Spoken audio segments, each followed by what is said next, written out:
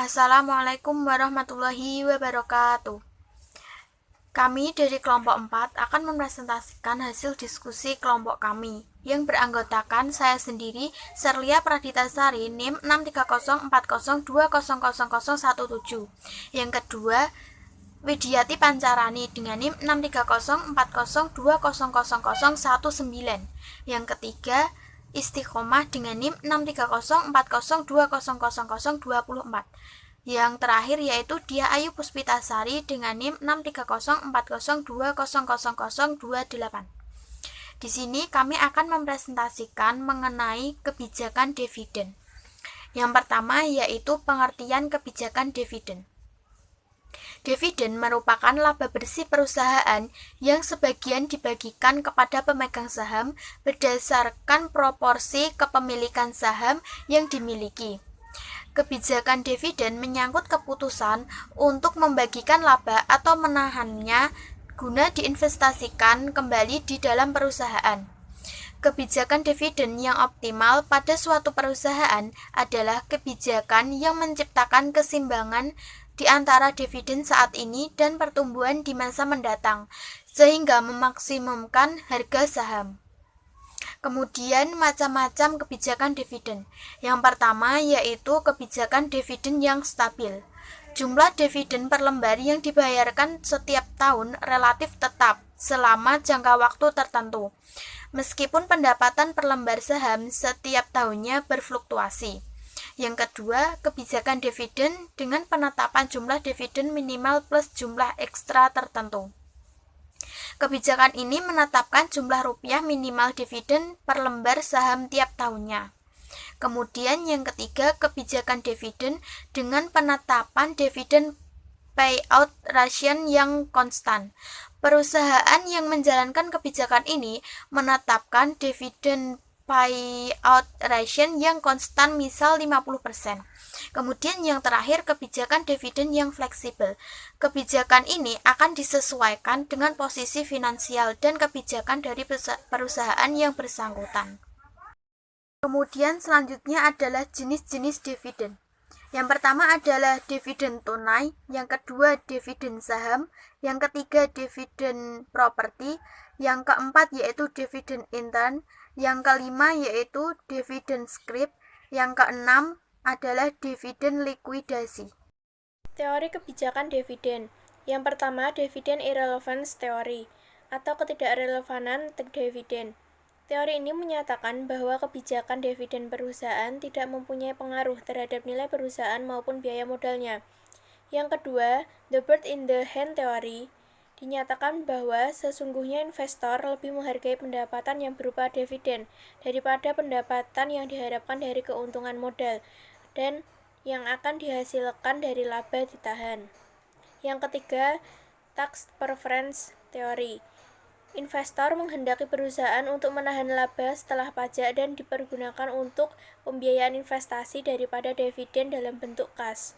Yang keempat, dividen relevance theory atau relevan dividen. Teori ini terdapat relevan untuk kondisi yang tidak pasti. Investor dapat dipengaruhi oleh kebijakan dividen. Yang berikutnya adalah faktor-faktor yang mempengaruhi kebijakan dividen. Adapun yang pertama, posisi likuiditas perusahaan, yang kedua, kebutuhan dana untuk membayar hutang, yang ketiga, kemampuan untuk meminjam, yang keempat, pembatasan dalam perjanjian hutang, yang kelima, tingkat ekspansi aktiva, yang keenam, stabilitas laba, 7, tingkat pertumbuhan perusahaan, 8, keadaan pemegang saham, 9, pembatasan hukum, dan yang 10, pengawasan terhadap perusahaan. Berikutnya, aspek penting dalam kebijakan dividen. Aspek penting dalam kebijakan dividen ini adalah untuk menentukan alokasi laba yang sesuai di antara pembayaran laba sebagai dividen dengan laba yang ditahan di perusahaan-perusahaan yang mempunyai ukuran besar, memiliki fleksibilitas dan aksesibilitas untuk memperoleh dana dari pasar modal. Kemudahan tersebut ditangkap investor sebagai sinyal positif dan prospek yang baik sehingga dapat memberikan pengaruh positif terhadap nilai perusahaan. Yang selanjutnya, pengaruh kebijakan dividen terhadap nilai perusahaan. Hal yang cukup penting bagi meningkatkan nilai perusahaan adalah besarnya Pembagian dividen perusahaan. Dividen digunakan sebagai sinyal bagi prospek perusahaan di masa yang akan datang. Rasio pembagian dividen atau dividen payout ratio dinilai sangat penting bagi investor karena sangat erat kaitannya dengan kebijakan perolehan laba perusahaan. Pengukuran atau parameter besaran dividen yang akan dibagikan kepada pemegang saham.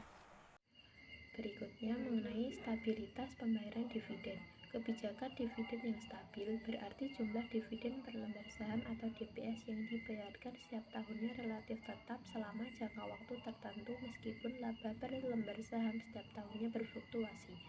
Beberapa alasan yang mendorong perusahaan menjalankan kebijakan dividen ini antara lain karena 1. Akan memberikan kesan kepada para pemodal bahwa perusahaan mempunyai prospek yang baik di masa yang akan datang dan adanya golongan tertentu yang menginginkan kepastian yang akan dibayarkan.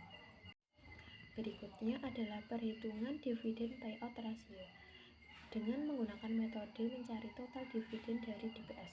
Yang pertama, kita harus menentukan berapa banyak saham yang Anda punya. Cari tahu jika Anda belum mengetahui jumlah saham perusahaan yang Anda miliki. Anda biasanya bisa mendapatkan informasi ini dengan menghubungi broker atau lembaga investasi atau memeriksa laporan rutin yang biasanya dikirim ke investor perusahaan melalui surat atau surat. Yang kedua, tentukan dividen yang dibayarkan per saham dari saham perusahaan. Cara nilai dividen per saham atau DPS ini merupakan jumlah uang dividen yang para investor dapatkan untuk setiap saham perusahaan yang mereka miliki. Untuk jangka waktu tertentu, DPS dapat dihitung menggunakan rumus DPS sama dengan D dikurangi SD per S, di mana D merupakan jumlah uang yang dibayarkan pada dividen biasa dan SD merupakan jumlah yang dibayarkan pada dividen khusus sekali waktu, sedangkan S adalah jumlah saham perusahaan yang dimiliki oleh para investor. Yang ketiga adalah kalikan DPS dengan jumlah saham. Mencari perkiraan jumlah dividen akan mudah jika Anda mengetahui jumlah saham perusahaan yang Anda miliki dan juga DPS perusahaan untuk periode waktu terbaru.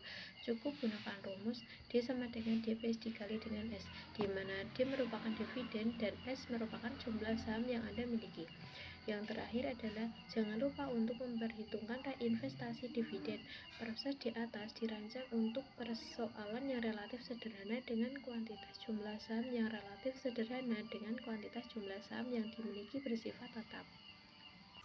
Selanjutnya adalah mencari hasil dividen. Yang pertama, menentukan harga saham dari saham yang dianalisis. Hasil dividen adalah persentase investasi yang akan dibayarkan kembali oleh saham pada Anda dalam bentuk dividen. Hasil saham dapat dianggap tingkat suku bunga saham. Lalu yang kedua, menentukan DPS saham tersebut. Jadi dicari DPS terbaru dari saham yang dimiliki dengan rumus DPS sama dengan D dikurangi SD dibagi S. D adalah jumlah uang yang dibayarkan pada dividen biasa, lalu dikurangi dengan jumlah yang dibayarkan pada dividen khusus sekali waktu, lalu dibagi dengan S atau jumlah saham perusahaan yang dimiliki oleh para investor.